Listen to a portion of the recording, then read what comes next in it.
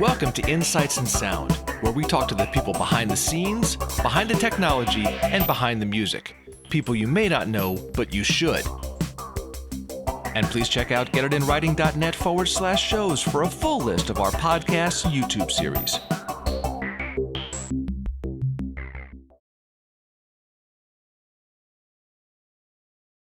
Welcome to Insights in Sound live from the NAMM show floor where it's incredibly noisy.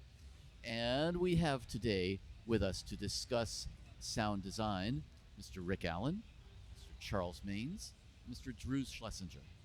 Greetings to you all. Good morning. You guys come from Morning. very, very different backgrounds in so many ways, and yet there's a common thread here. You all rely on technology to a very, very high degree. And yet, what is it that makes your stuff unique when we've all got the same tools? It's all in there, right? So let's talk about a little bit about that, and let's just first sequentially have you guys give sort of a brief idea of what each of you does. Long silent pause. I don't know what I do. Mainly try to stay out of trouble, but no. That's not working. My background, I came from broadcast, where sound design was used to get the listener's attention, and morphed into film, TV, and gaming from there. And just a fascination with unusual sounds. It started out synthesizers because that was what made unusual sounds in the 70s and 80s. But over time, it's morphed into organic sounds and manipulation through technology and that sort of thing. But you have to think about it first. I mean, one of the things that I appreciate about these guys so much is their background in creating sounds that I've used forever and still use, and just that inspires me. But learning how to record things too is, I think, one of the main differences. I don't want to keep going for too long, but just learning how to record sounds and then manipulate them as opposed to using presets. I also teach at the Conservatory of Recording Arts and Sciences. One of the things I try to teach my students is don't rely on presets. It's a great starting place possibly, but make it your own. Explore. That's half the fun of what, at least for me, what I do is throwing enough certain material against the wall to see what sticks. Charles? Hi. I do film and TV work mainly as a sound designer and supervising sound editor and mixer. I came out of a music background.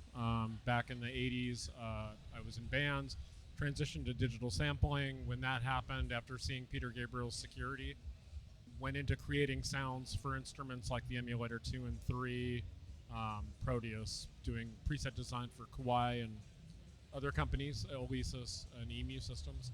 And then essentially transitioned to working at DigiDesign prior to the Pro Tools release, and leveraged that into a career in doing film sound. I think, as Rick said, basically, we look at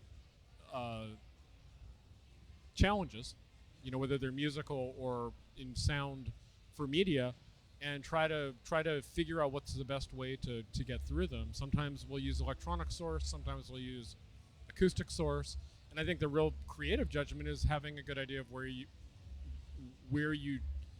take that conversation. It's like, do I go acoustic? Do I go electric? Dead process.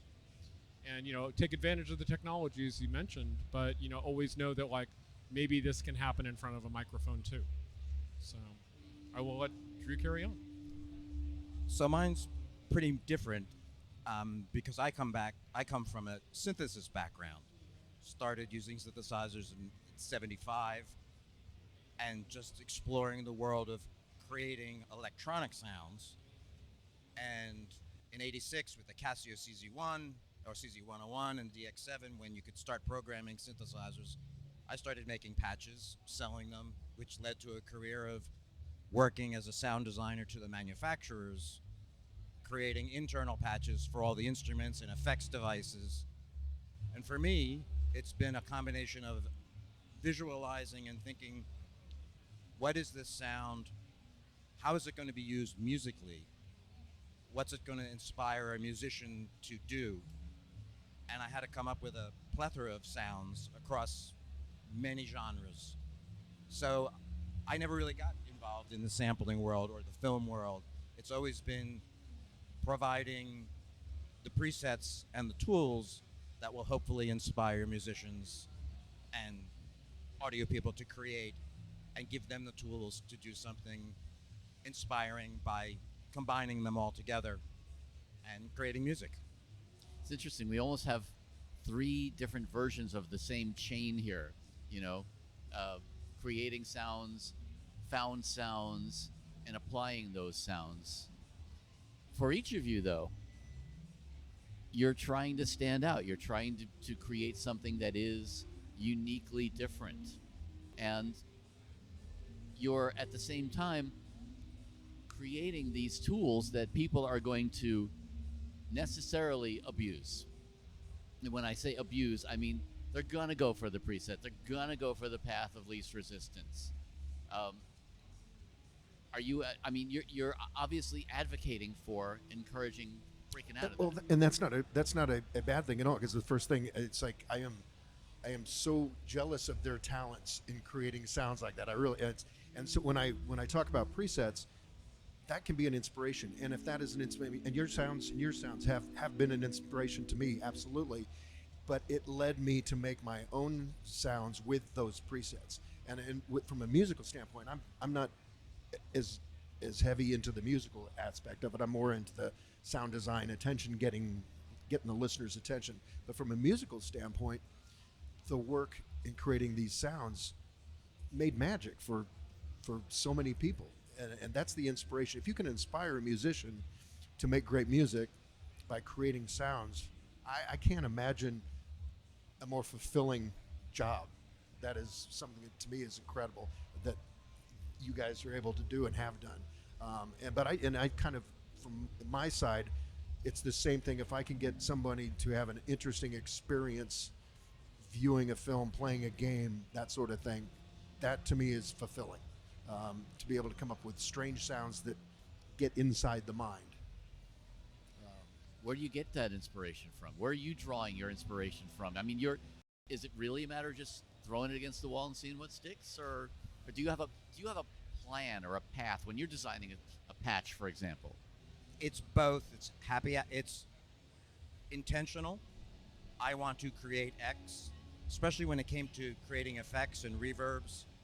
It's like I want to create a space that sounds like a basement, or I want to create a sound that sounds like a big garage, or a phone booth, or the inside of a VW van. And then it's happy accidents. Funny enough, of all the synthesizers I've done, the two things that I'm most known for, or are most notable, are two effects, which were for Eventide, for the H3000, something called Crystal Echoes, which became Shimmer, and that was done back in 1987.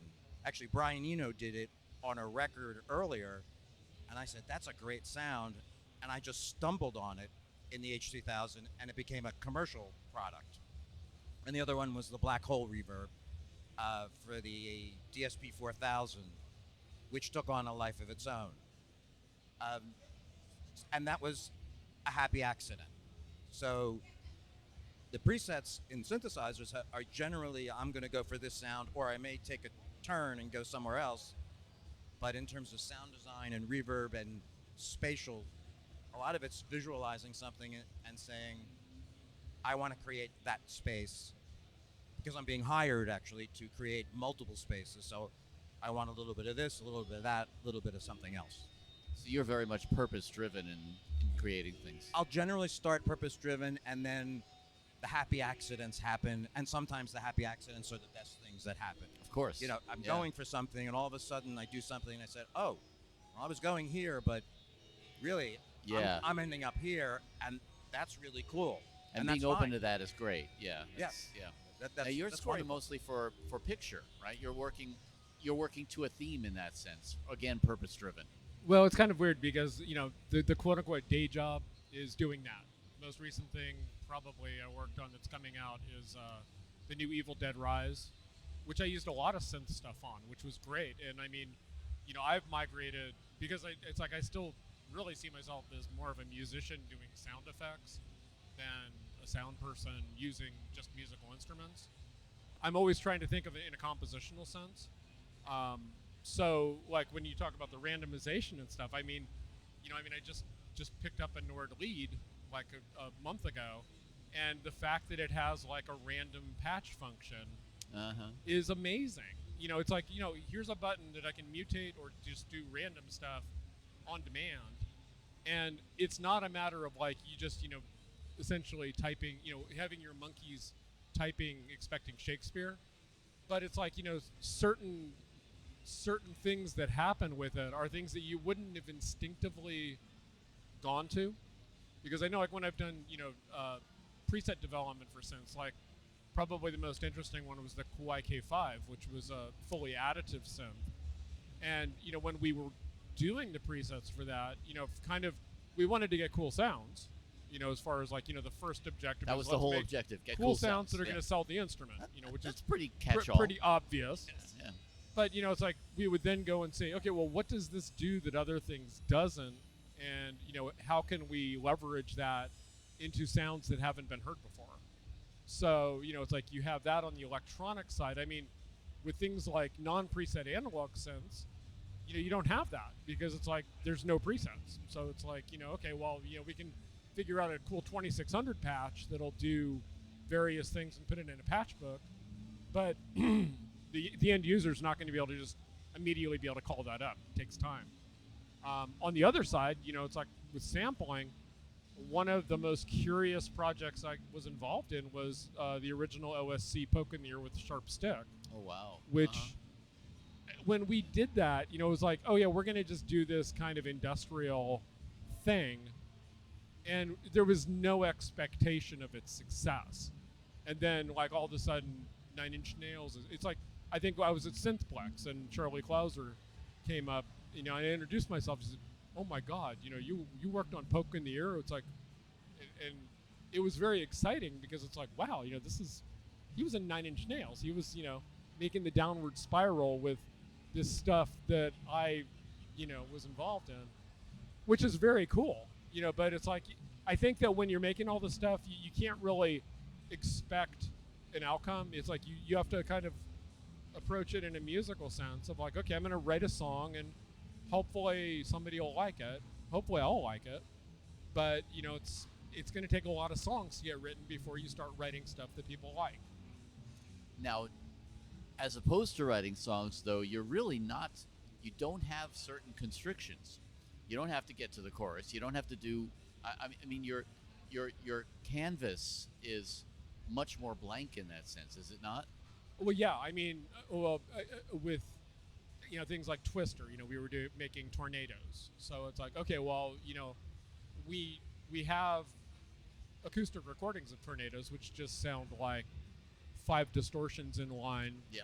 And you source a train going through. So, it's like you have to kind of like, look at, like, okay, well, how can I approach this in a literary sense? I know when I worked on the film Flags of Our Fathers, it's like I went back and read up on a lot of the veterans of Iwo Jima's experiences and how they described the sounds of the battle. And I know I basically got that from Gary Rydstrom, who did the sound for Saving Private Ryan. And it's like, okay, well, there's these qualities. It's like we had this one particular Japanese weapon that was this giant mortar, and the description was it sounded like somebody was shooting a car at you. And we had no practical reference to go by, so it's like, okay, well, I'm going to try to make something that has that kind of quality and see how it works in the context of the story. And are you going for the emotional? I mean, it's kind of weird. It's like in so many ways it's more open-ended, but you still have audience expectations. It's like, they have an idea of like what a race car sounds like. So you can't do something that's like too far afield from the common experience that people have had. Whereas like in the film Starship Troopers, we had a lot of bugs and stuff that were obviously never existing in real life. Yet we have to somehow create a satisfying oral representation of what those things might end up like. just to touch on that, audio and visual are strongly connected. Like you're talking about a car. It sounds like a car being shot at you, so you have a visual reference, and then you think about, okay, what does that sound like? I just find that a lot of what I do and a lot of what I hear is based on visual, thinking in my head or seeing in my head or thinking this is descriptive of this, or I need a sound that's going to sound like something that I see. That's fascinating because I used to describe, and people used to look at me very strangely. So thank you for saying that, because I used to say I could see the sounds I'm looking for first, and people would look at me like, "You're crazy," and I probably am. But that's, I mean, it's interesting that's a commonality, because there is a incredible tie between visual representation and audio. Well, you especially, we've talked about Foley, for example, and how a lot of times the actual recording of the sound does not do your mental impression of what the sound should be justice. Using chocolate pudding for footsteps in the mud, or when you record gunshots, explosions, and I'm sure that they sound absolutely tiny. Really quick personal, if I can tell this story.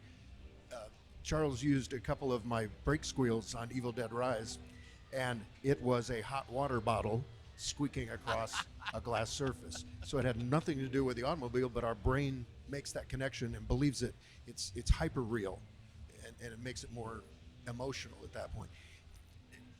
Changing the subject, ADD here. But do you guys, do you feel that the fact that we had to learn synthesis from the ground up, patching oscillators into filters, is that something that is missing a little bit, except for the Euro rack people? Is that something that needs to be explored if someone is trying to be musical with synthesis?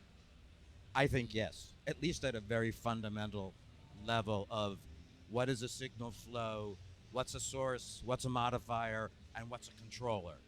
And that, when I went to school at Boston School of Electronic Music, which was in the Stone Age, that was the first thing they taught us was, here's your audio path, here's your control path, these are your sources, these are your modifiers, and these are your controllers that are shaping them. And that was like a light bulb went off in my head. And I think that's that fundamental information of almost anything. That's how it works. Things are being modified, something's making a sound, something's shaping the sound. And I think that if people were to learn those fundamentals, I mean, I see people with these huge Euro rack systems, or some guy saying, I'm going to teach you modular synthesis.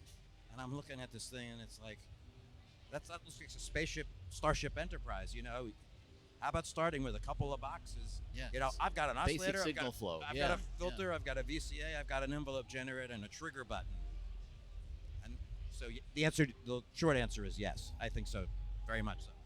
One of the things, and you talked about gunshots. This guy sitting next to me is the guy who taught me how to record gunshots. It's like the information. It's just the scientific part of it, along with the creative part of it. They have to combine. I think you talked about placing microphones at the right place, listening with your ear to what you're recording. That's what's important. And it sounds.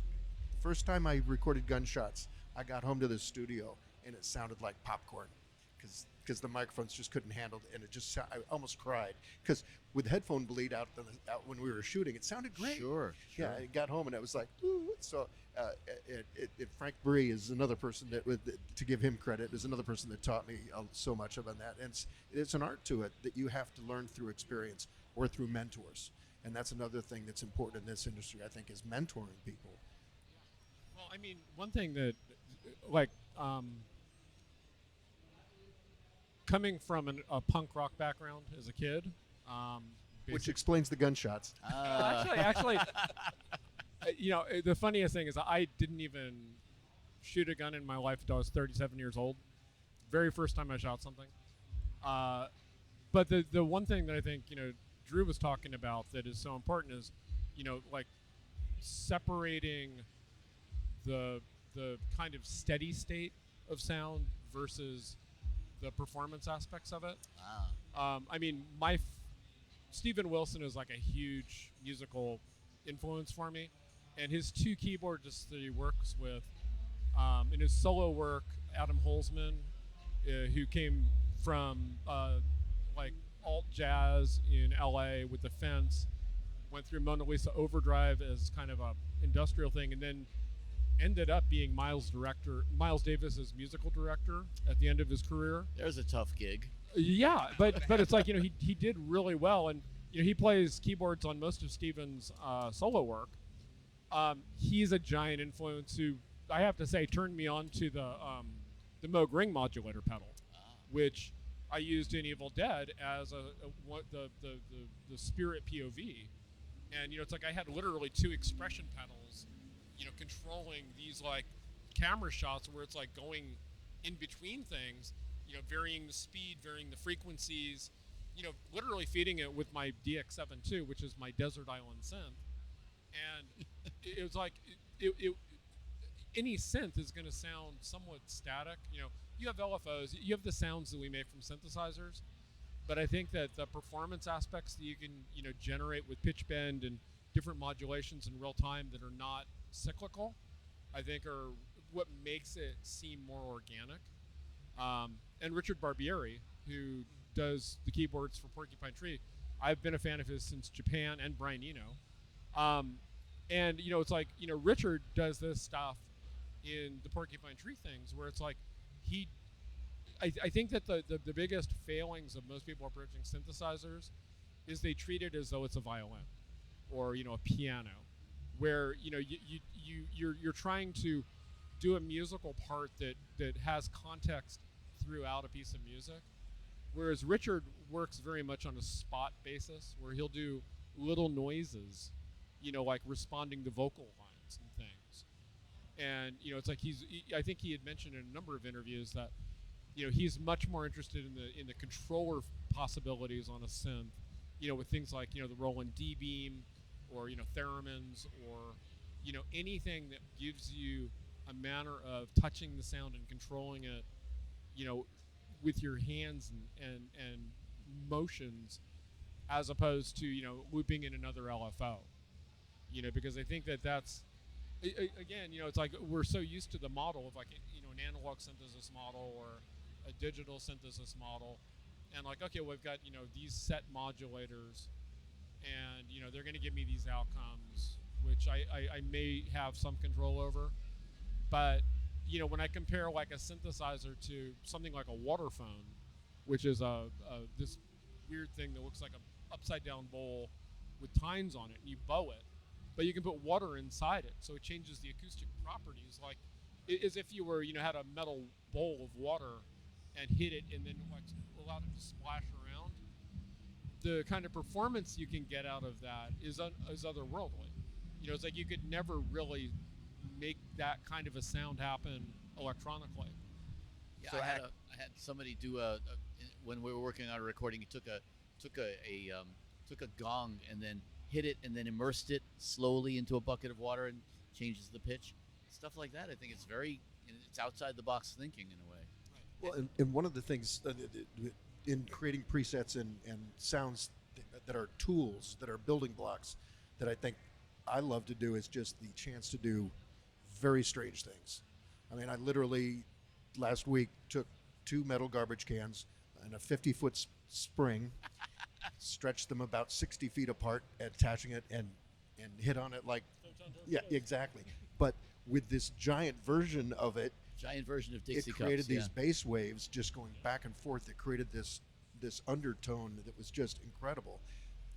Then I can take that and further manipulate it. But we have when we're in a non-musician status creating sounds, we don't have to worry about the performance. We can create something unique, which then hopefully another musician can then take to the next step. But it's fun building the blocks.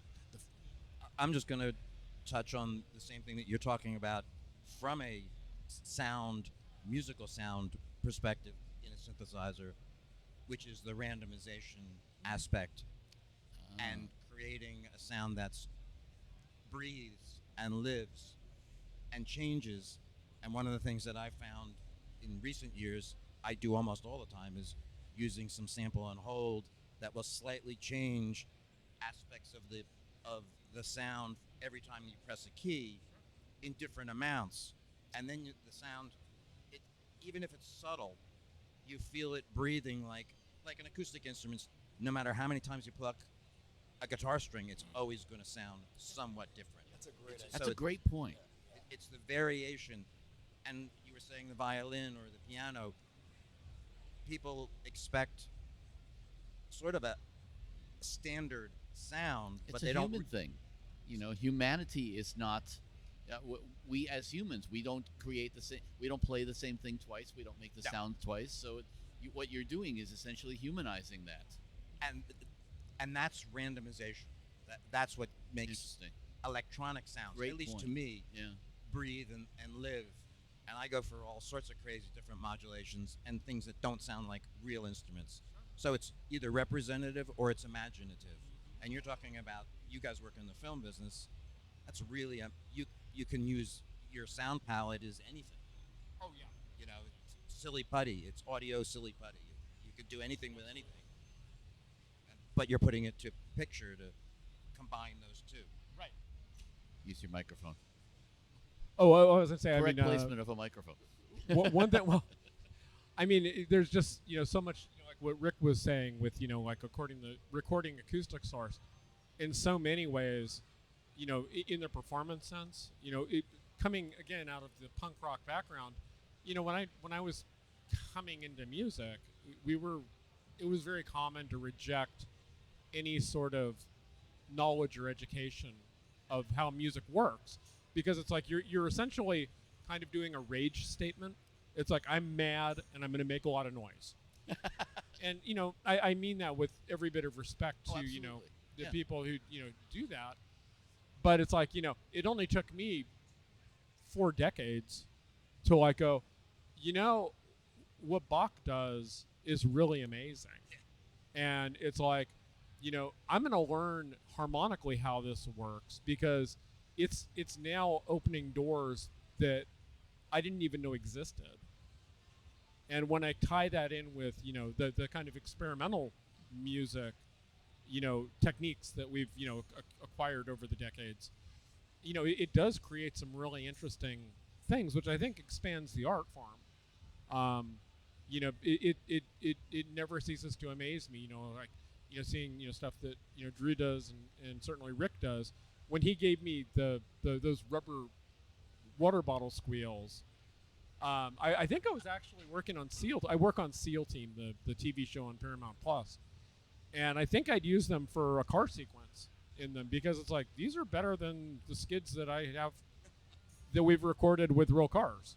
I mean, it's like they dramatically make the statement, which I think is what's really, really interesting about them. And again, if there's anything, as far as like, the kind of topic thread of, what this talk is about, is, essentially growing up your mental judgment of like knowing when something is working versus when something isn't working and you need to do something maybe a little different.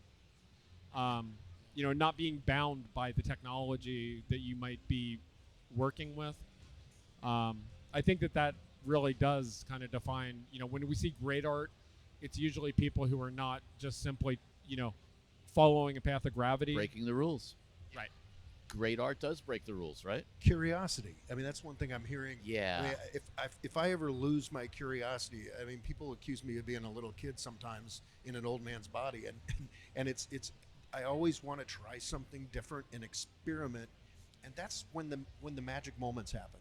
Is when I'm just trying to entertain myself to some extent. I think that is the greatest advice, not just for creatives, but really just, a rule about life, man. Just always stay curious, because if you're curious, you're always going to learn. And there's no harm. Yeah. Try. If you fail, I mean, how many times have you heard people say, finish the bad song, write a bunch of bad songs, Yeah, complete yeah. them, and then you'll hit on some magic when you're least thinking about it, or you're Yeah. least aware. just do something. Try something. What do they say? Start ugly, but start. Yes. Just start. Yeah. And if it sounds like crap, so what? You haven't hurt anybody, you know.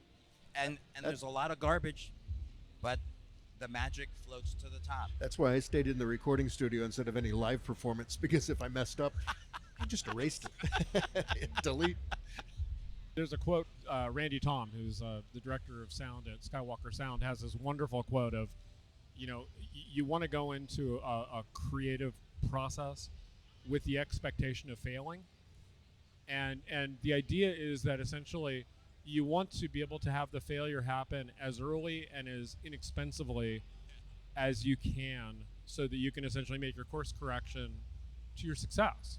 You don't want the failure to happen at the end when like all the money's been spent. You want it to happen early on conceptually, so that people say, oh yeah, that's not what we really want. That's not serving our idea.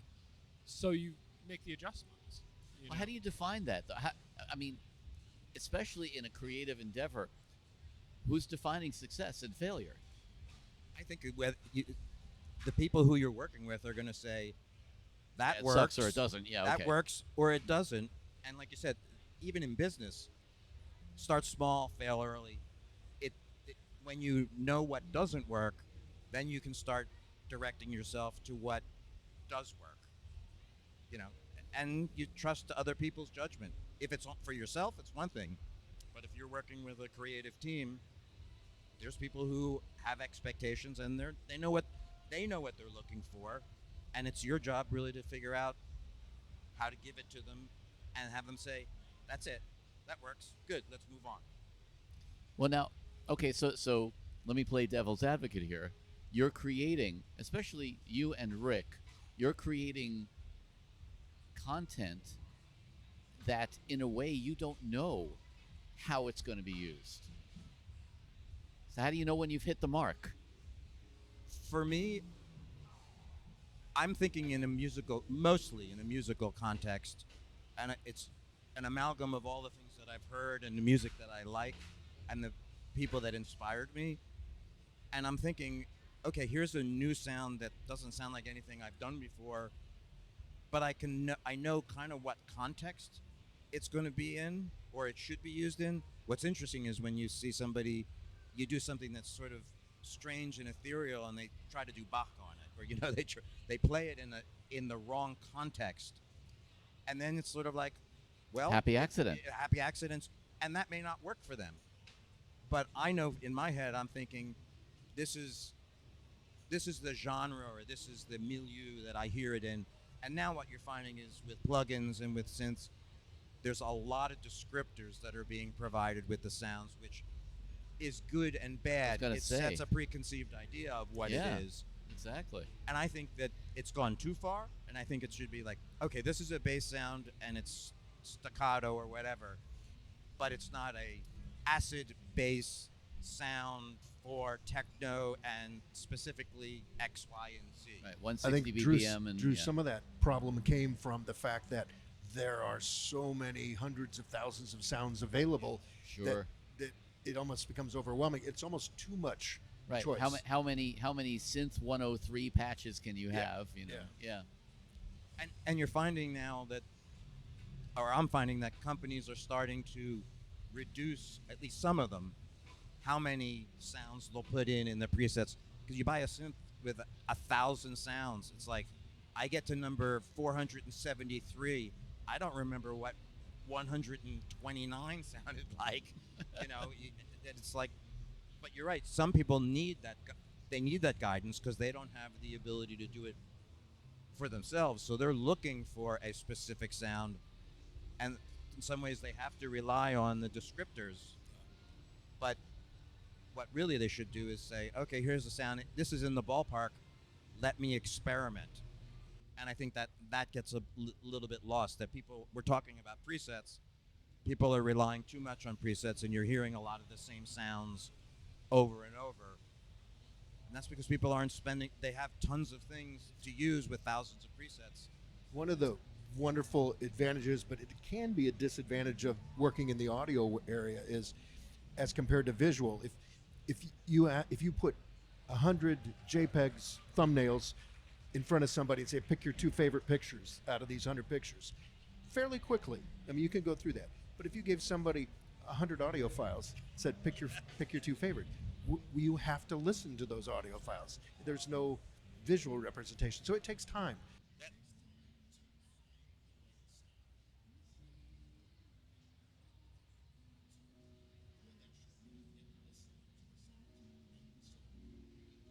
Right. That's a great point. There's a lot of work. It's a lot of work and a lot of effort just to get through them. So sometimes less is more. And this name of this talk is not beyond the presets. I can't remember the exact title. I think your brain is your best plug-in. Right. Yeah, that was it. Yeah. It's like I make this stuff up, so. it sounds good. I buy it. People need to start thinking on their own and being more creative, and not just keep thinking that, oh, if I buy this product and that product and that product and that product, all of a sudden I'm going to be making better music. Sometimes less is more. Wait. You're telling me that I no longer have an excuse for buying a new synth? You likely have more synths than you probably can use in a lifetime. I think, that's the tools have become so powerful, and there's so many of them. To a large degree, I like to see somebody who's become a virtuoso at something and really make it their own. And I think that's the thing, making it your own from a musical standpoint or from an audio standpoint. For you guys, it's making something that works within the context of a visual milieu. Yeah, I mean, one thing I would add to that is that it's easy for me to talk in the synthesizer realm. For the most part, nobody ever said, oh yeah, that's a stereotypical Prophet 5 sound. But in so many ways, like with audio plugins and things like that, the functionality underneath the hood is relatively similar. The difference between a Pro Tools EQ3 and a Fab Filter EQ, sonically speaking, for a skilled user is going to be relatively small. Sure. So, I mean, I think in so many ways, actually, we're kind of entering a universe where the user interface experience is now driving why people buy something. I know I'm guilty of it. If I see an interesting and clever user interface, it's like, wow, it's like that's letting me think about a solution in a different manner than I would have otherwise been able to do so. And I think with synthesizers as well, it's like you've got, relatively speaking, a small breadth of types of synthesis: analog, additive digital, FM, wavetable, sample based. And it's a matter of, how a user interface is presented. I don't think anybody ever said, oh yeah, well, that's a Nord lead sound, and that's the only instrument that can make that sound. It's like, Sure. Chances are you can probably make it on something else. Especially something buried within an orchestration, within a mix. Oh, sure. Yeah. Yeah, and again, it's like, we have this thing of like, we concentrate on the minutia of the note versus the composition. So it's like, am I going to go to, D flat here, or am I going to go to B flat? It's like they're both in the harmonic texture of what I'm doing, but what note's going to work better for that particular moment. Right. So there again, it comes down to just being present and using your brain. And the other thing, as a tangent to what you just said, is if you're doing synth presets, you're working in a totally abstracted music. You're not working towards a piece of music. You're working to make a sound that someone might use in a piece of music. Exactly. And they're elements. They're granules of sound that, and then you have the presets like the original sound on the D50, which was so ubiquitous. And on and I think Miles Davis, there's a guy, Jason Miles, who's a great synthesist. Oh yeah. And Miles wanted to use the sound, that standard sound in the D50. I don't remember exactly what the name of it was. And he's like, everybody's going to know what that is. And Miles was like, hey man, it sounds cool. It works. I don't care. Yeah. So there are those sounds that do become ubiquitous, and Fender identified. Rhodes. Fender Rhodes. Fender Rhodes. Yeah. And it's like, you know what it is, but then, you had people like Joe Zawinul who took it to a different place, or Sure. whoever. Yeah. But it's not bad when there's a ubiquitous sound that's tied to a synth and it gets used. It's usually the musicians who say, oh man, he's just using that preset. The person who's sitting out there listening, they don't know what machine it came from. Sometimes they're even more comfortable with it Exactly. because they've heard it Yeah. before. Yeah. It becomes Yeah. I mean, half the songs in the 80s were made with a DX7, right? Oh my God, yeah. So Case in point. then it becomes the song, right? It's how's the song? Is it a good song? Is it well arranged? The average listener doesn't care. Nobody's going to look at a movie and say, oh man, I know how that's a water bottle being dragged over a gravel, That doesn't sound, that's not really a car screech. Yeah. Same way, nobody's going to listen to a song and say, I hate the snare. Right. They're going to say, I like the song. Right. Yeah. Or hate. Well, unless you're in the industry and Right, you're used exactly. to the. We're and then we jaded. always hate Yeah. the snare. Exactly. Your snare always sounds like shit. Plain and Well, simple. I mean, I was thinking, with what Drew was saying about the D50, which is, probably the most iconic sound set in the history of synthesizers. Sure. You Right know, up there. you think of like, the Pizzagogo being an Ornico Flow by Enya. It's like it was absolutely identifiable. Sure. Yeah. Fantasia, Staccato Heaven, Digital Native Dance, which Miles Davis used on the Mandela album. It's like, I think when we're doing things like synthesizer presets, we're trying to trigger an emotional response to the person playing the keyboard or synthesizer, where like, okay, this is going to be a sound that they haven't heard before and is phenomenally cool sounding. And it's like, it's not our job to see how it's used in a musical context. It's like, we're just trying to take advantage of the stuff we have. I mean, I got to do a sound set for the EMU Proteus for Envision, which was a 4 meg expansion block. And, we did a huge amount of market research. It's like, what can we add to the Proteus that is going to essentially expand it into a universe that Proteus users don't have access to? And, it's like, that's occurs.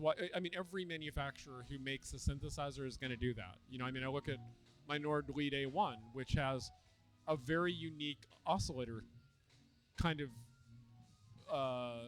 topography. And it was totally uncommon to me. I was like looking to get a Nord, and I thought, okay, well, what one should I get?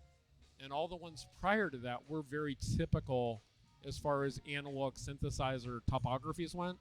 This one was different, and it was like, okay, well, that seems like it would be kind of fun because I've got all these other instruments that are kind of similar to what it does. It just has, its own flavor. And it's, the performance functionality on that particular instrument is really terrific. It's very immediate. It's one of the best instruments they've made, and it's a sleeper. Oh, yeah. It's very simplistic in some ways, but you're right. The oscillator section, actually, all the little elements, they crystallized these little elements really smartly and cut out a lot of the functionality, because they said that the people who were using the Nord and they had the sort of the A1 engine in it, they said people really liked it. It was immediate. They could go from sound to sound really quickly, and they didn't even know what they were doing. That's an instrument that I'd actually like to own as well. It's the really A1. cool. Yeah, I mean, that was the one, another one of the Richard Barbieri discoveries was like, oh yeah, he's using this, and I saw a tutorial that he did, and it was like, wow, that's really tantalizing. So yeah, again, we're triggering imagination. So it's like, kind of getting, out of a space of having, the materials determine your thinking versus thinking and seeing how whatever materials you might have available to can fit your vision for the outcome. That's probably the best summary of the whole concept here that I've heard. It comes down to you driving rather than being driven by the technology. And that, I think, is what a lot of us are guilty of. And As you say, the presets are there to inspire. We're always going to get started with something, a library, a preset, a sample, whatever it is, but it's where you take it, right? It's how you use it, and hopefully it inspires you to do something, to modify it and make something your own. But even then, Miles took that sound and made it his own, and he's like, it's a great sound. And you're right, it's one of the most well-known. Of course, it's Eric Persing, so no surprise there. Yeah. Talk about exactly. top-notch guys. I mean, I remember getting, I think I had the U110 and the D220, and just the demo song, and thinking to myself, I am never going to be able to program all those voices to do this. How the hell did he do that? Yes, I've asked him. He won't tell. He's superstar within the industry, and No rightly question. so. I mean, Spectrasonics and Omnisphere, you could He's spend still your doing whole life in wonderful there. things. Yeah.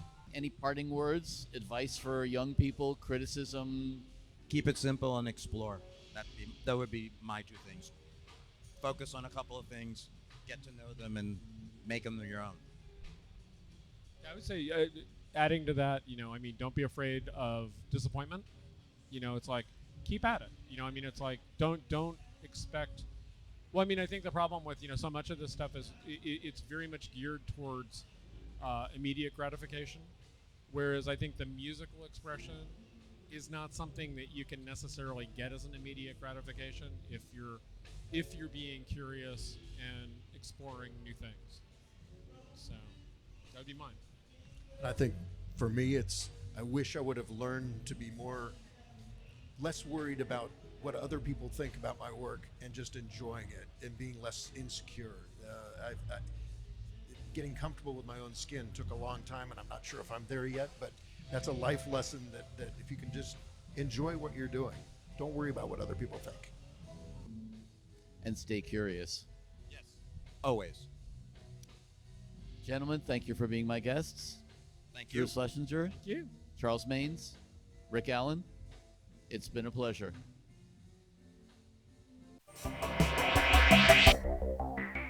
Hey, I'm Daniel Keller. Don't forget to hit the subscribe button and join us each week for Insights in Sound.